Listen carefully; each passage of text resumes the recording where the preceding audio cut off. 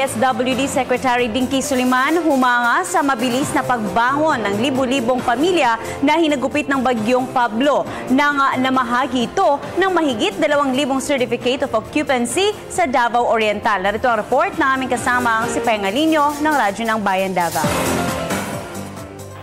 Labis ang paghanga ni Department of Social Welfare and Development o DSWD Secretary Dinky Soliman sa nakamamanghang pagbangon ng mga biktima ng Bagyong Pablo. Ngayon ay benchmark ng pamahalang nasyonal pagdating sa rehabilitasyon at pagbangon mula sa trahedyang tumama sa kaladulot ng Bagyong Pablo halos 2 taon na nakalilipas. Kaya nga daw ang Building Back Better agenda sa ngayon na ginagaya na rin sa ibang probinsya.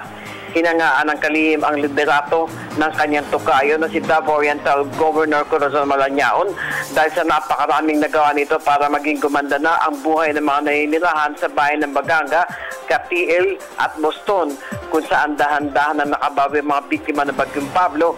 Ngayon, sa tulong ng pamahalaan, di lamang ng pabahay, ngunit maging sa ekonomiya, partikular ang agrikultura at turismo.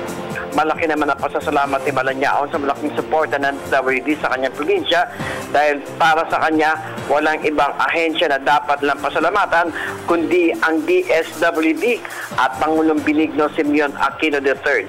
Samantala sa katapusan ng buwan ng Nobyembre ay may 5,000 bahay na naman ang makukumpleto at ipapamudmod sa mga beneficiary ng mga biktima ng Bagyong Pablo sa Davao Oriental. Bukod pa ang pangkabuhay ng mga biktima at iba pa na ayon kay Soliman ay umabot na sa mahigit 2 bilyong pisong pondo mula sa pamahalaan.